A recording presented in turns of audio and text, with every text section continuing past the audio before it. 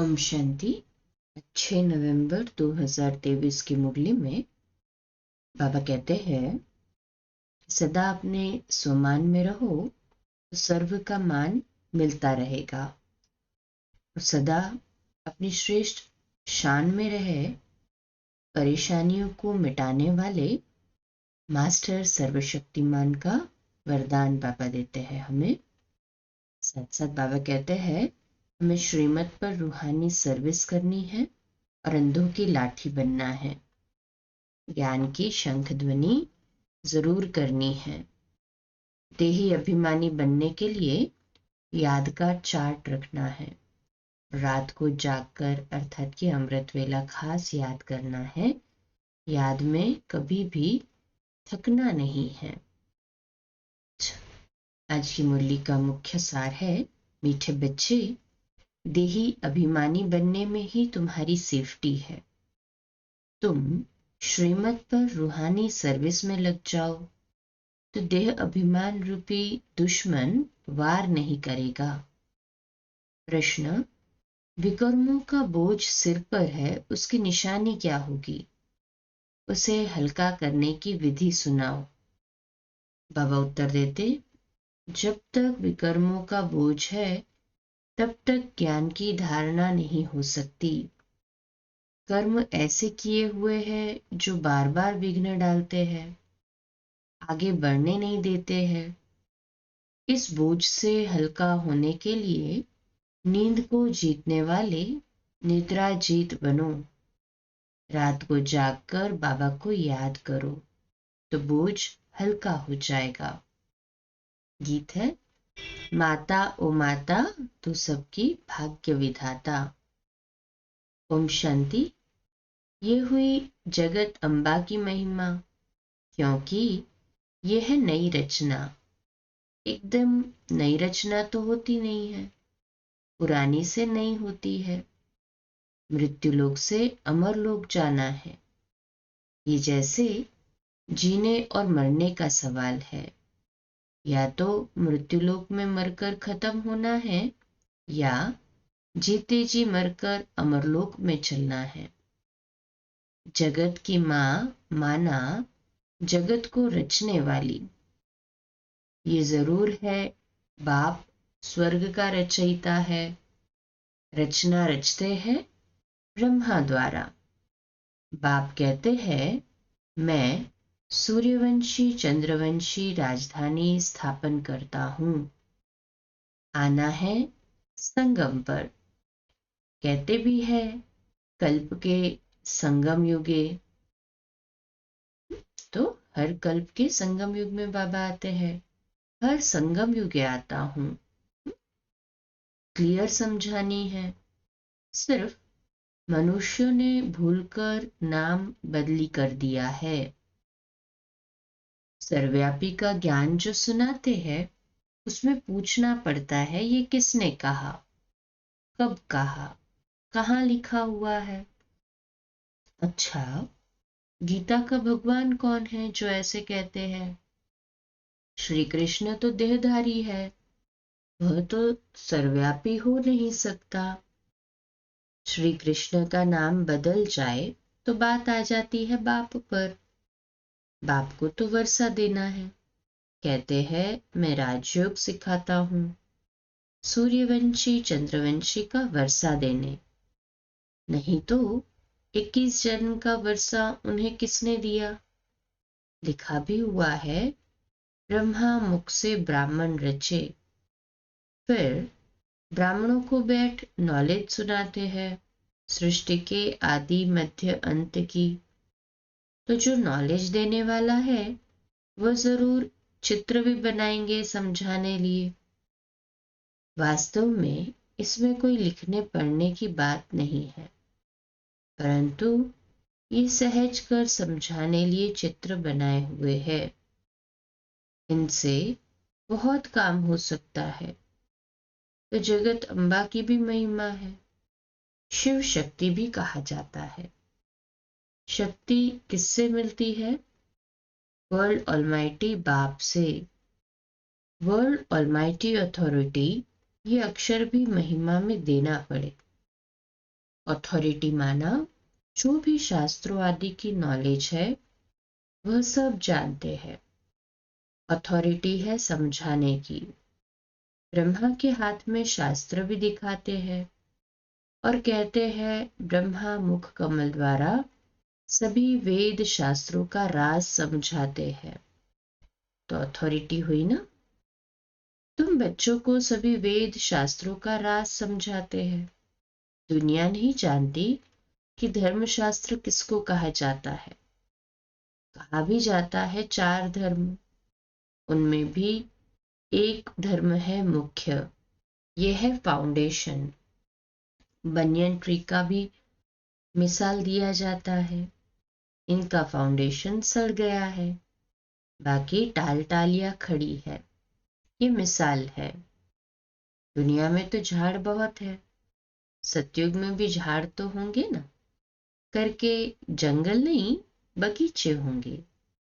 काम की चीजों लिए जंगल भी होंगे, लकड़ी आदि तो चाहिए ना। जंगल में भी पशु पंछी बहुत रहते हैं, परंतु वहां सब चीजें अच्छी फलदायक होती है। पशु पंछी भी शोभा है, परंतु गंध करने वाले नहीं होंगे। वह पशु पंछी ब्यूटी तो चाहिए ना। सृष्टि ही सत्व प्रधान है, तो सब चीजें सृष्टि सत्व प्रधान है तो बाबा कहते सब चीजें भी सत्व प्रधान होती है। बहिष्ठ बहिष्ठ फिर तो क्या है ही, बहिष्ठ तो सब फिर वैसा ही। पहली पहली मुख्य बात बाप से वर्षा लेना है। चित्र बनते रहते हैं, उनमें भी लिखना है ब्रह्मा द्वारा स्थापना, विष्णु द्वारा पालना। ये अक्षर मनुष्य समझते नहीं, इसलिए विष्णु के 2 रूप लक्ष्मी नारायण है, पालना करने वाले। ये तो समझते हैं, फोटो में कोई ही समझेंगे। फिर ये लिखा है आश्चर्यवत सुनंती कथंती, नंबरवार पुरुषार्थ अनुसार अपना पद प्राप्त करते हैं। कहाँ न कहाँ ये बातें लिखी हुई है। भगवानुवाच अक्षर भी ठीक है। भगवान की बायोग्राफी अगर बिगड़ जाए तो सब शास्त्र खंडन हो जाए। देखने में आता है बाप दिन प्रतिदिन अच्छी अच्छी पॉइंट्स देते रहते हैं। पहले पहले तो निश्चय कराना है कि भगवान ज्ञान का सागर है, मनुष्य सृष्टि का बीज रूप है। चैतन्य बीज में नॉलेज किसकी होगी? जरूर झाड़ की होगी। तो बाप आकर नॉलेज समझाते हैं ब्रह्मा द्वारा।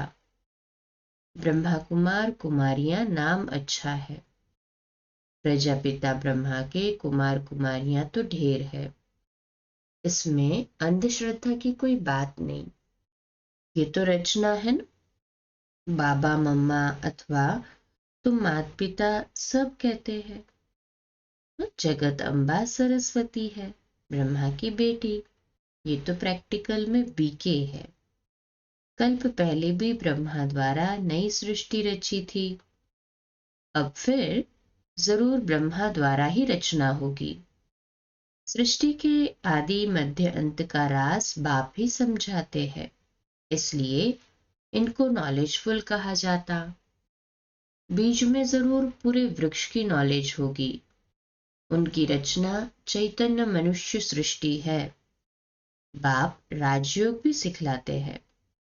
परमपिता परमात्मा ब्रह्मा द्वारा ब्राह्मणों को बैठ सिखलाते हैं, जो ब्राह्मण फिर देवता बनते हैं।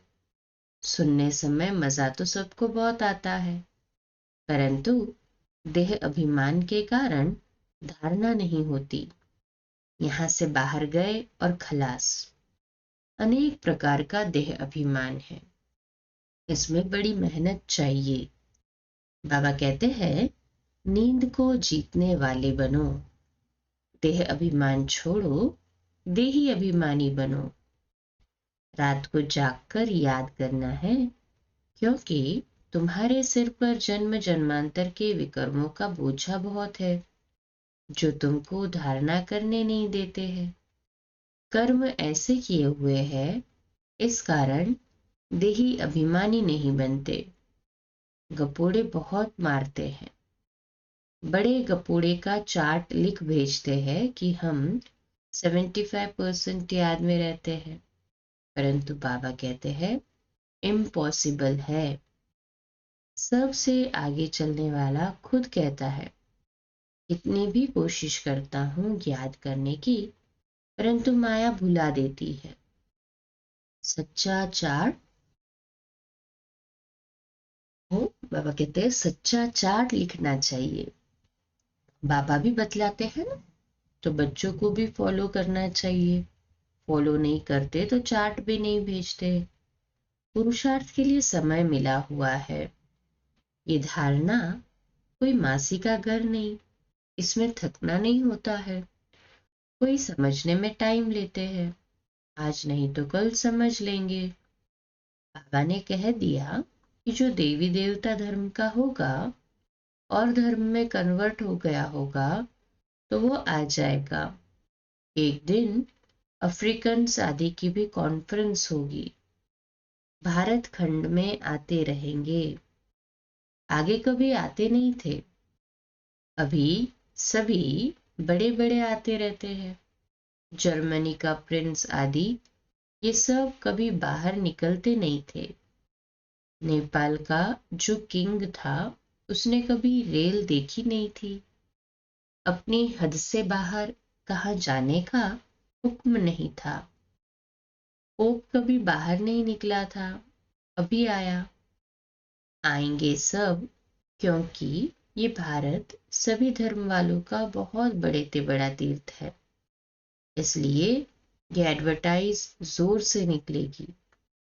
तुमको सब धर्म वालों को बतलाना है, निमंत्रण देना है।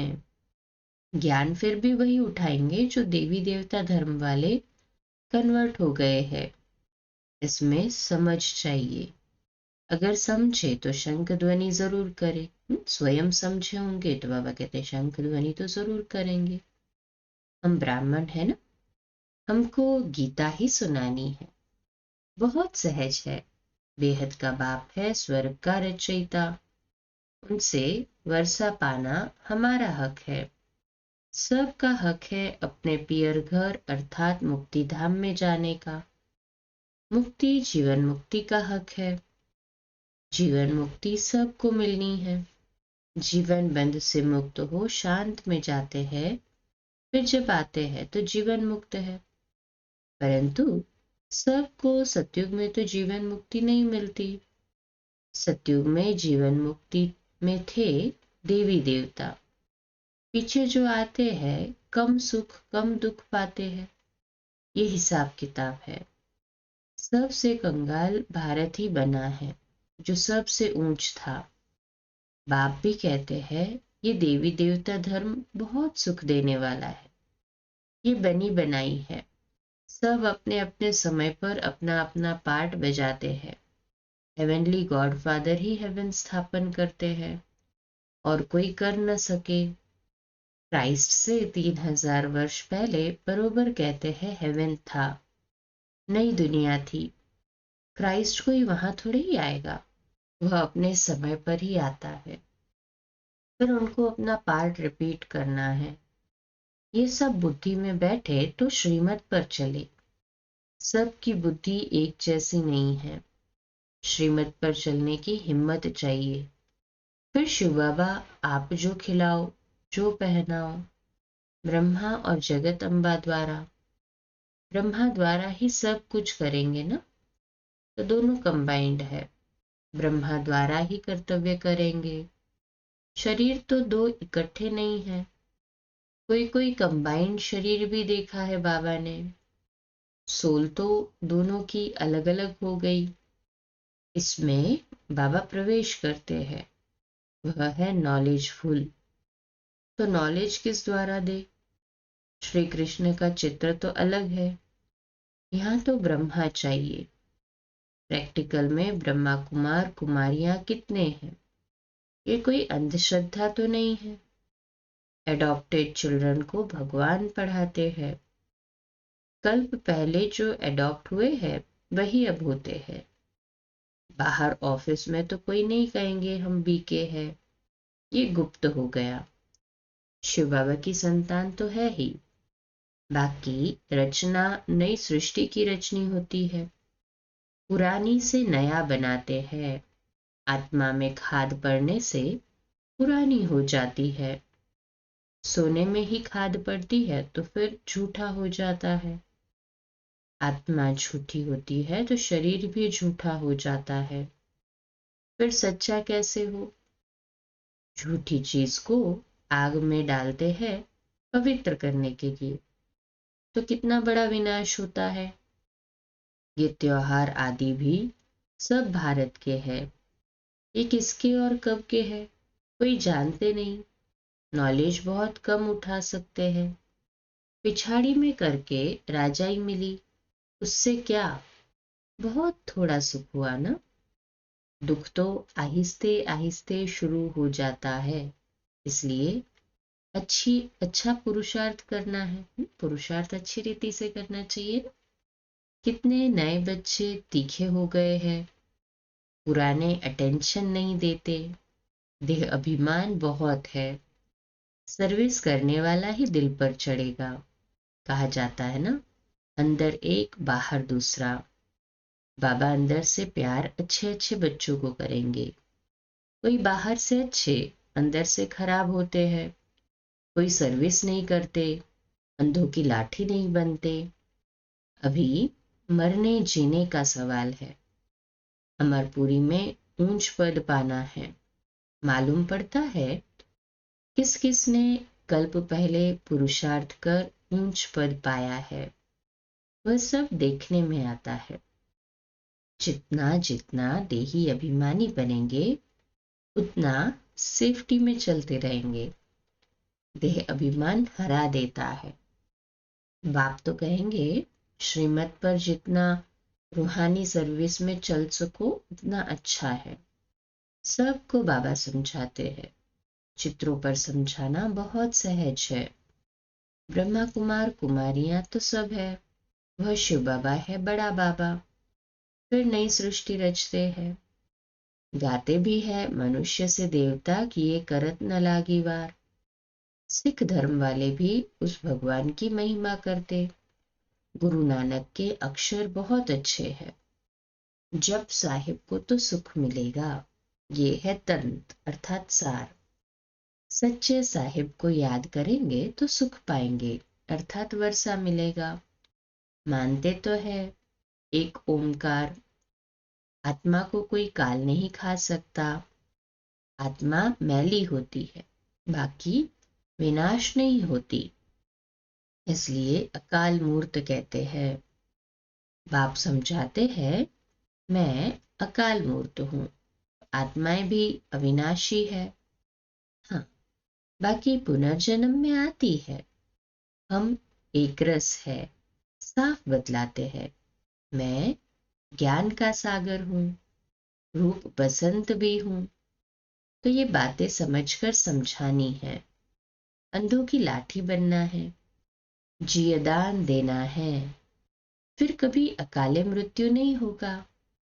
तुम काल पर विजय पाते हो। अच्छा, मीठे मीठे सिकिलदे बच्चों प्रति माता पिता बाप दादा का याद प्यार और गुड मॉर्निंग। रूहानी बाप की रूहानी बच्चों को नमस्ते। हम रूहानी बच्चों की रूहानी माता पिता बाप दादा को याद प्यार, गुड मॉर्निंग और नमस्ते। वाह बाबा वाह, शुक्रिया बाबा शुक्रिया। धारणा के लिए मुख्य सार है। पहली पॉइंट, श्रीमत पर रूहानी सर्विस करनी है, अंधों की लाठी बनना है, शंख ध्वनि जरूर करनी है। दूसरी पॉइंट, देही अभिमानी बनने के लिए याद का चार्ट रखना है। रात को जागकर खास याद करना है, याद में थकना नहीं है। आज का मीठा वरदान, सदा अपनी श्रेष्ठ शान में रहे, परेशानियों को मिटाने वाले मास्टर सर्वशक्तिमान भव। तो आज का स्वमान है, मैं मास्टर सर्वशक्तिमान आत्मा हूं। मैं मास्टर सर्वशक्तिमान आत्मा हूँ। विश्लेषण: सदा ये वरदान स्मृति में रहे कि हम अपनी श्रेष्ठ शान में रहने वाले, औरों की भी परेशानी को मिटाने वाले मास्टर सर्वशक्तिमान हैं, कमजोर नहीं, श्रेष्ठ शान के तख्त नशीन हैं। जो अकाल तख्त नशीन बाप के दिल तख्त नशीन श्रेष्ठ शान में रहने वाले हैं, वे स्वप्न में भी कभी परेशान नहीं हो सकते। कोई कितना भी परेशान करे, लेकिन अपनी श्रेष्ठ शान में ही रहते हैं। जो समान में और अपने श्रेष्ठ शान में रहते हैं, वो बाहर की परेशानी या लोगों के डिस्टरबेंस से कभी डिस्टर्ब नहीं होंगे। वो मास्टर सर्वशक्तिमान के समान में रहे, सदा अपनी श्रेष्ठ शान में ही रहते हैं। आज का स्लोगन है, सदा अपने स्वमान में रहो तो सर्व का मान मिलता रहेगा। सदा अपने स्वमान में रहो तो सर्व का मान मिलता रहेगा। आज का व्यक्त इशारा है, वर्तमान समय प्रमाण क्षमा करना ही शिक्षा देना है। जैसे शिक्षक बनना बहुत सहज है, ऐसे क्षमा करो, रहम दिल बनो। सिर्फ शिक्षक नहीं बनो। जब अभी से क्षमा करने के संस्कार धारण करेंगे, तभी दुआएं दे और ले सकेंगे। अच्छा, कम बोलो, धीरे बोलो, मीठा बोलो, सत्य बोलो, सोच समझकर बोलो। निमित्त भाव, निर्माण भाव, निर्मल वाणी। आज का नया दिन आप सभी को मुबारक हो, मुबारक हो, मुबारक हो। शुभ दिवस। आज रात्रि क्लास 9:15 बजे, कल सुबह अमृत वेला मेडिटेशन 3:30 से 4:30 और प्रातः मुरली क्लास 4:45 बजे। अच्छा, ओम शांति। शुभ दिवस।